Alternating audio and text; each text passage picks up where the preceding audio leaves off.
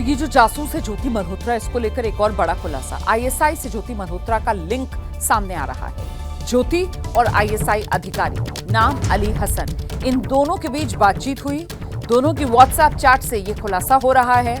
भारत के खुफिया एजेंट्स की पहचान करना चाहती थी आईएसआई और इसीलिए ज्योति का इस्तेमाल आईएसआई की तरफ से किया जा रहा था।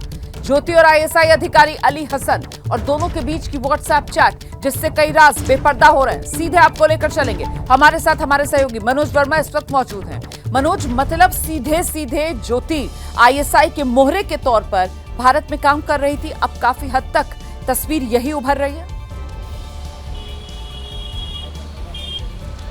जी बिल्कुल, देखिए जिस तरीके से ये चैट सामने आई है उससे कहीं ना कहीं ये ज़रूर साफ होता है कि जो आईएसआई है वो ज्योति को एक मोहरे की तरह इस्तेमाल कर रहा था। साल 2023 में जब ज्योति की मुलाकात दानिश से हुई, उसके बाद दानिश ने अली हसन से ज्योति की मुलाकात करवाई और इस मुलाकात के बाद जो एक चैट सामने आई है उसमें जो अली हसन है, जब ज्योति वहाँ बॉर्डर पर पहुँची है तो उससे ये पूछ रहा है कि क्या किसी शख्स को प्रोटोकॉल के साथ जाते हुए देखा है। तो ज्योति ने पूछा है कि किसको, तो उसके बाद उसने कहा कि नहीं, मैंने किसी को नहीं देखा। तो कहीं ना कहीं जो ये चैट है वो ये बताती है कि ज्योति के ज़रिए जो पाकिस्तान की खुफिया एजेंसी है आईएसआई, वो भारत के एजेंट्स, जो खुफिया एजेंट्स हैं या रॉ के कहें या फिर आईबी के कहें, उनके बारे में जानकारी जुटाना चाह रही थी। चैट से बिल्कुल ये साफ हो गया है। फिलहाल जो ज्योति का मोबाइल फ़ोन है, उसका जो लैपटॉप है, उसको फॉरेंसिक जाँच के लिए भेजा गया है। इसके अलावा भी सूत्रों की माने तो उसके अंदर कई और चैट हैं जिसकी जो एजेंसी है वो लगातार जाँच कर रही है। तो कहीं ना कहीं इससे ये ज़रूर साफ हो जाता है कि ज्योति को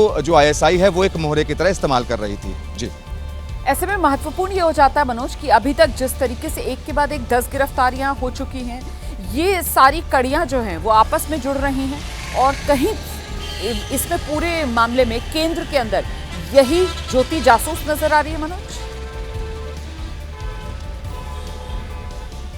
जी बिल्कुल, देखिए इसमें ज्योति का भी नाम सामने आ रहा है और अगर हम दानिश की बात करें, जो पाकिस्तान का अधिकारी था, जो दानिश था, उसका नाम भी कहीं ना कहीं सामने आ रहा है, जिसमें पंजाब से गजाला को गिरफ्तार किया गया। इसके अलावा गजाला के साथ एक और शख्स को गिरफ्तार किया गया था। उनकी बातचीत भी पाकिस्तान हाई कमीशन के दानिश के साथ में थी। जब आगे की इन्वेस्टिगेशन शुरू हुई तो ज्योति का नाम सामने आया। फिर इसके बाद जब ज्योति के बारे में पड़ताल शुरू हुई, पूछताछ शुरू हुई, तो ज्योति की गिरफ्तारी की गई। इसके अलावा भी दानिश के कई और लोगों से संपर्क में थे। तो कहीं ना कहीं ये ज़रूर कहा जा सकता है कि दानिश ही वो शख्स था जो पाकिस्तान हाई कमीशन में काम कर रहा था और यहाँ पर जो है आईएसआई के लिए एजेंट्स को तैयार कर रहा था, उनसे भारत के बारे में जानकारी जुटाने की कोशिश कर रहा था। और जो गजाला गिरफ्तार हुई थी पंजाब से, उसको दानिश के ज़रिए पैसे भी भेजे जा रहे थे, यानी कि आगे अगर किसी को पैसे देने हैं तो वो भेजे जा रहे थे। अभी इसमें ज्योति का कितना रोल था, ज्योति कितनी जानकारी पाकिस्तान को पहुंचा चुकी थी, क्या क्या उसने भेजा था, ये अभी जांच का विषय है, क्योंकि फॉरेंसिक की टीम अभी जांच कर रही है। और जब